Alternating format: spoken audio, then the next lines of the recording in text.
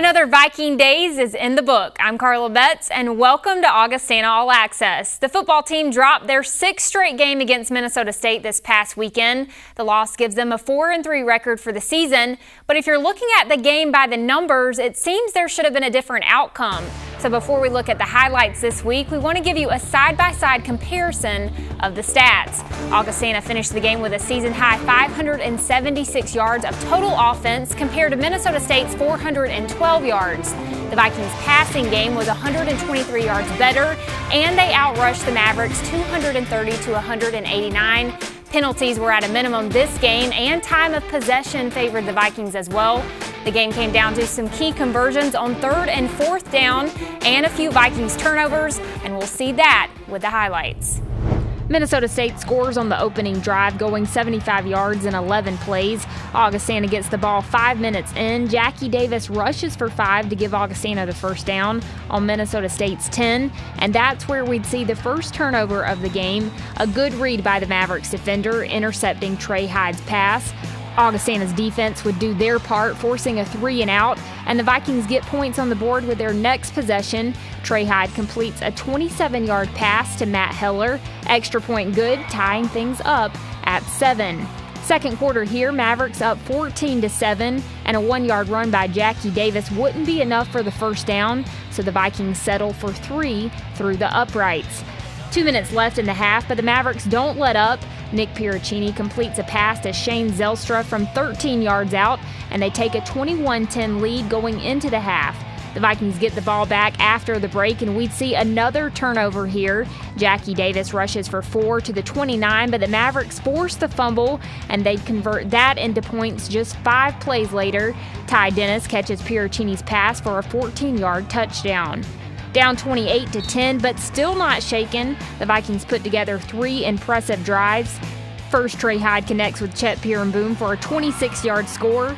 Next possession, Augie's held to a field goal. The score's now 28-20. Still no score for the Mavericks, and the Vikings carry their next possession over into the fourth quarter, and this is where they tie things up.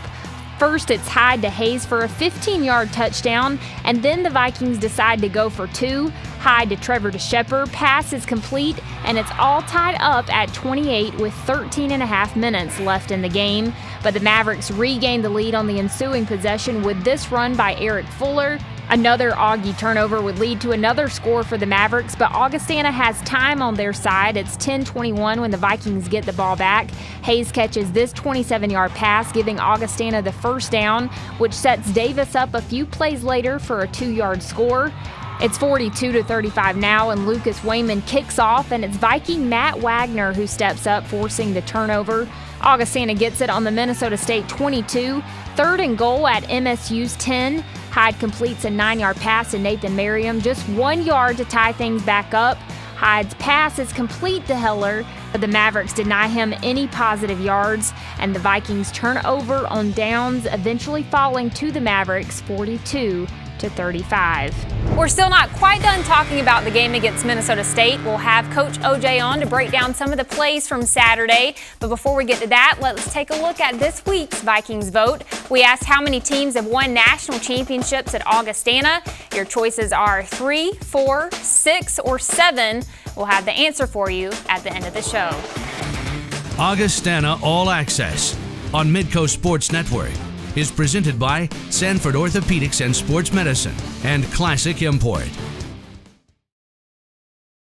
Welcome back to Augustana All Access. I'm joined by Coach Jerry Olszewski to talk about the game against Minnesota State this past weekend. And Coach, one of the first things that I know you're going to talk about as far as turning points or maybe the turnovers in this game. So I want to just kind of start with the first time that the Vikings get the ball. It's 1st and 10 on MSU's 10, and Trey's pass is intercepted. So was this just good awareness by their defense, or was it miscommunication at all? A little of both. It was a good scheme by them. You know, we had a good call for that, but they actually had a 6-up and drop 3 pressure alignment. And to be honest, when you watch the tape, Trey never sees the DN drop off. He's covered by big Chris Matthew, our right tackle. You don't see the young man. So his route progression was actually a good read.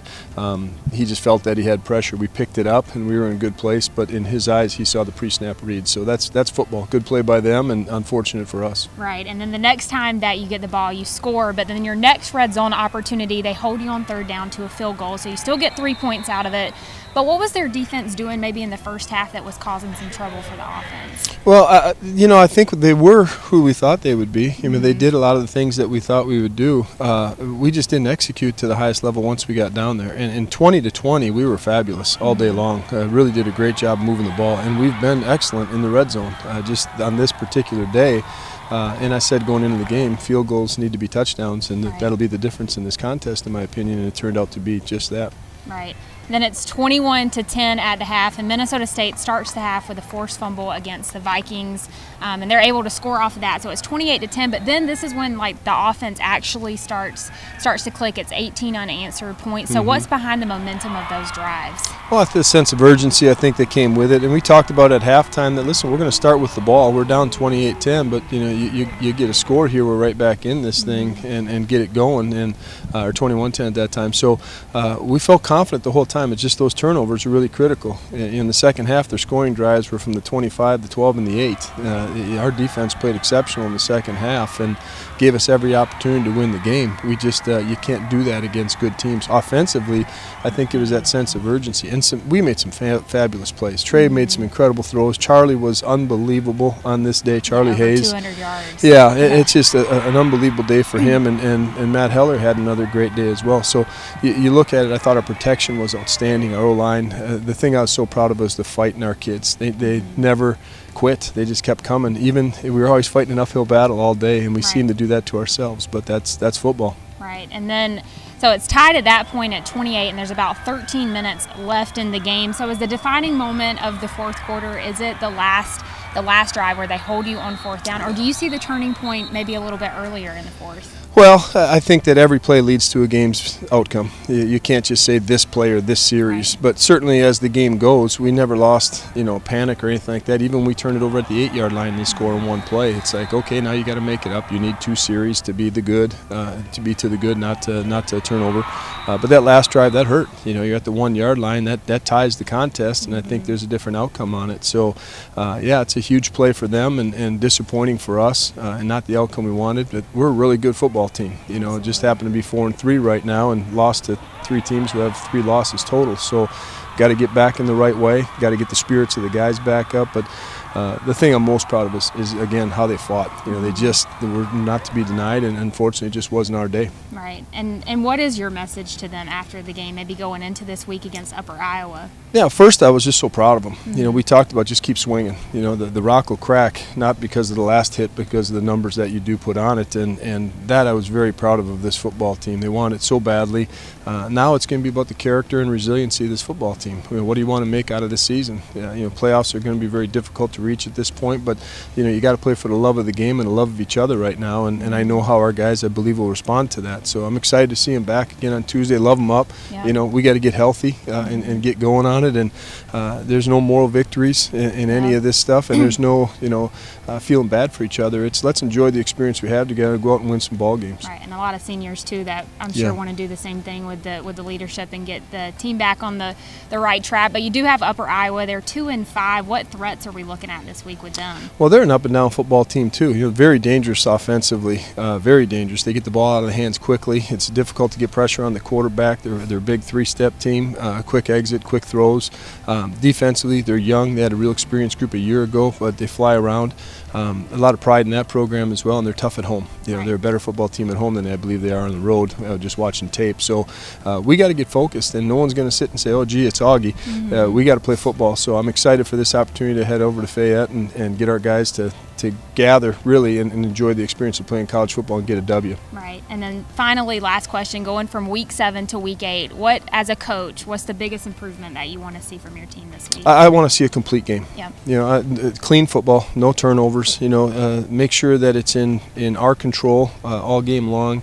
Clean up the special team stuff that showed its head in the last couple of weeks.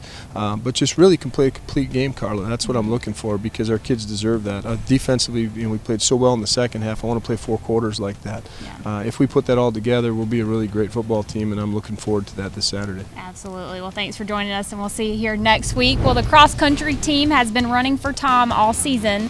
We're going to have more on that after the break.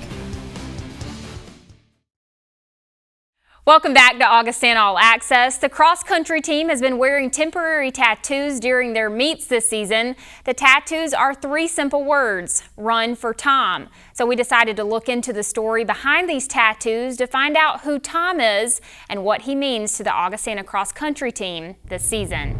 Long-distance runners are athletes who know a thing or two about perseverance. They don't quit when they're tired. They keep going. And if you ask runners what motivates them to run, they all have their reasons. But this year, the Augustana cross-country team is running for a purpose. They're running for Tom. Tom Fifely lost his life in a climbing accident in August of 2016. He was just 19 years old. And his story is something that hits close to the cross-country team's heart because of his family's connection to Augustana. It's a sad story, but it's something that we want to do for the family. Tom Fifely passed away. It's a runner from Rapid City. His sister ran for me and was part of the 2011 National Championship team.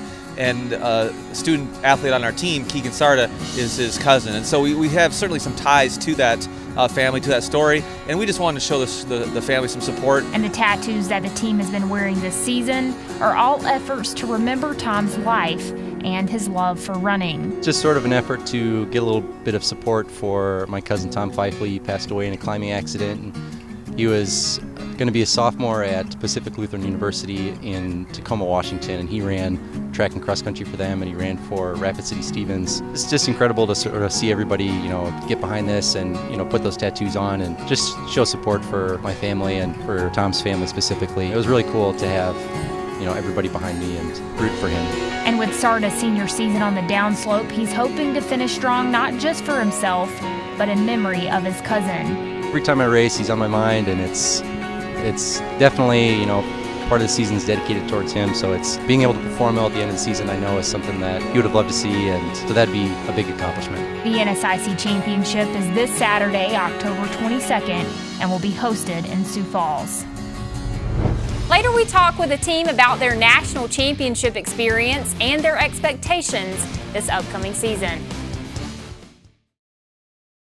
Welcome back to Augustana All Access. The volleyball team entered the week at number 6, but faced some tough road matchups over the weekend. They traveled to Fayette, Iowa to take on Upper Iowa on Friday, and then they headed north to take on number 7 Winona State. We've got highlights from the meeting with the Warriors, but let's first take a look at the boards from Friday's match.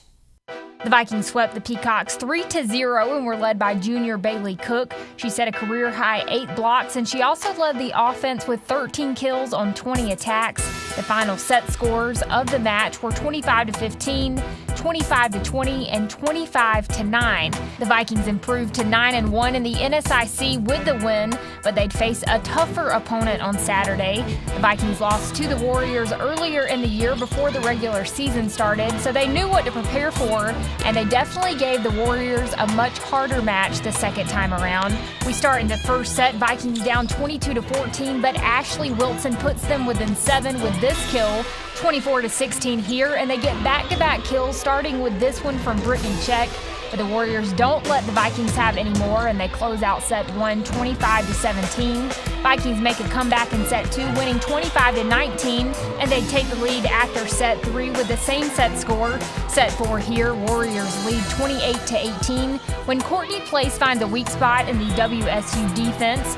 But the Warriors would eventually take set 4 25-19. It all comes down to set 5 10-6 after the Warriors claim 6 straight points, but Daniel Rampart breaks the run with this kill. A little later, it's Bailey Cook that gets the kill despite WSU's alert defense. Cook's kill makes it 10-14, but it would not be enough. 2 volleys later, Winona State takes the match with a 5th set score of 15-11. The soccer team met with Bemidji State and Minnesota Crookston this week. We talked with soccer head coach Brandon Barkas last week about the matchup with Bemidji State, and here's what he had to say before the game. They're a very good team too, and they're 9-3 I think overall, and they're sitting second in the conference, and we're sitting third. So it's going to be a really good challenge for us again. I think we're going to match up really, really well. Coach Stone, he does a great job of having his team organized and prepared and motivated, and so that's going to be my challenge this week, get our team, organized and prepared and motivated, so, yeah. And the Vikings did just that, defeating the number 2 team in the conference. The Beavers struck first 11 minutes in the game, but a couple of goals by the Samanthas helped Augie beat Bemidji State. Samantha Timkowitz scored at the beginning of the second half, and Samantha Shoresman scored in the 86th minute. The Vikings carried that momentum over to Sunday against Minnesota Crookston. They took the game into overtime, but here's how they got there. No score in the first half. In fact, no score until the 78th minute of the game. A foul was called on Minnesota Crookston, resulting in a penalty kick by senior forward Emily Jacobson. The penalty kick would give her her 3rd goal of the season. The Golden Eagles responded a little over 8 minutes later, though. Hannah Rivlin knocks it in using her head, causing the game to go into overtime. We see a corner kick by Emily Jacobson in the 93rd minute, and Rebecca Thorson comes in with a header.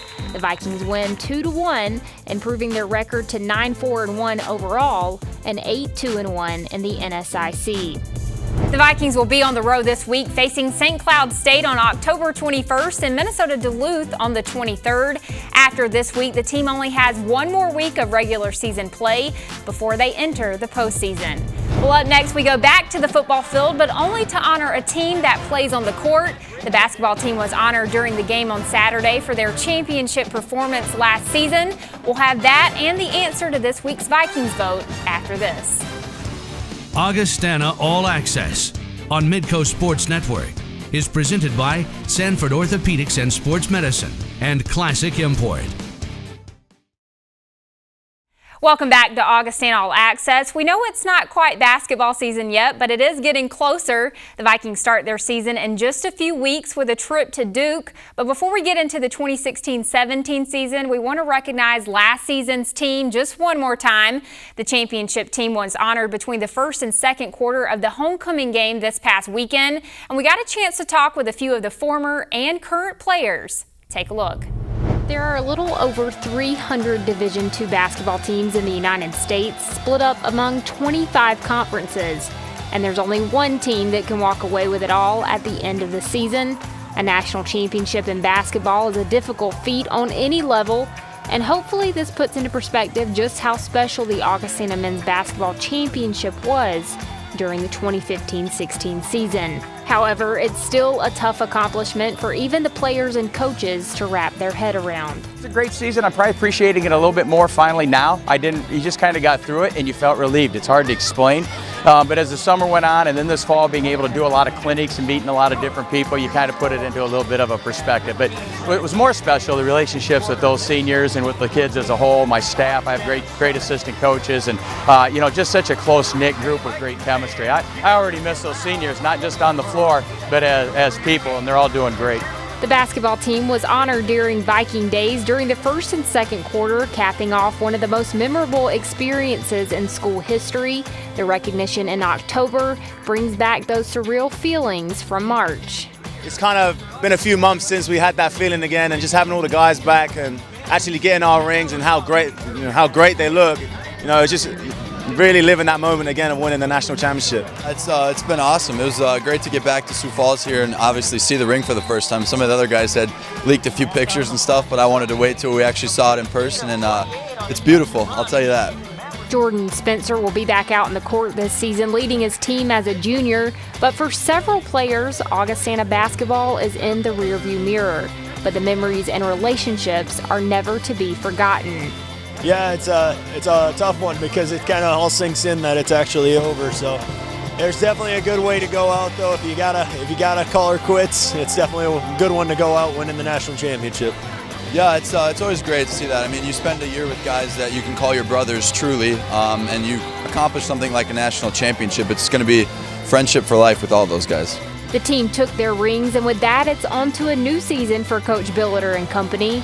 And they're ready more than ever to take the court again as a team. And former players say the Vikings have all the confidence to be great again this season. it's always going to be a great memory, but it's time for next year to begin. You know, excited about this group. They're used to winning. It's their chance now. A lot of these kids didn't get to play as many minutes as they wanted to, and they came here to play basketball, and now they've earned their time. So we're excited about this young group coming up and the returners, and just very excited about the season coming up. I think this team can do whatever they put their mind to. I think this team's going to be very good.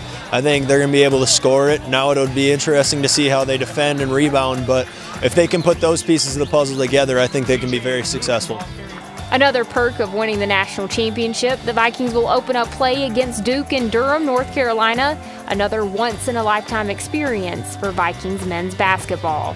Earlier, Coach Krzyzewski said it's the best team he's ever had at Duke, and you start thinking of that Leitner guy wasn't bad, and Grant Hill could play, and Bobby Hurley, so they're definitely the #1 team in the country. But what an honor, and it'll be a great experience just to be on the, just on the floor at a revered place. People bucket list, people go to games there one time in their life just to say they've been to Cameron Indoors. So it'll be a great experience. Their fans will be nothing we've ever seen before, but I think our kids will just have a great time. Yeah, that's kind of cool. That's one thing that benefits I don't get to reap necessarily from winning the national championship, but I'll be down there watching them, cheering them on, so it'll be a great experience for those guys. It's time now for the answer to this week's Vikings vote. How many teams have won national championships at Augustana? Your choices were 3, 4, 6, or 7. The correct answer this week is A, 3. The softball team won in 1991. The women's cross-country team won in 2011. And of course, this includes the men's basketball national championship last season. It's time now for the Vikings vote Player of the Week. Despite the loss to Minnesota State, there were some big numbers put up on the field, and some of those big numbers belong to senior wide receiver Charlie Hayes. He delivered just his second 200-plus yard receiving game and led the receivers, hauling in a career-high 15 passes for 214 yards and a touchdown. The Vikings didn't get the win, but Hayes' performance helped the Vikings collect a season-high 576 yards on offense. Well, that's all we have for you on this week's episode. Be sure to join us next week for more on Augustana All Access.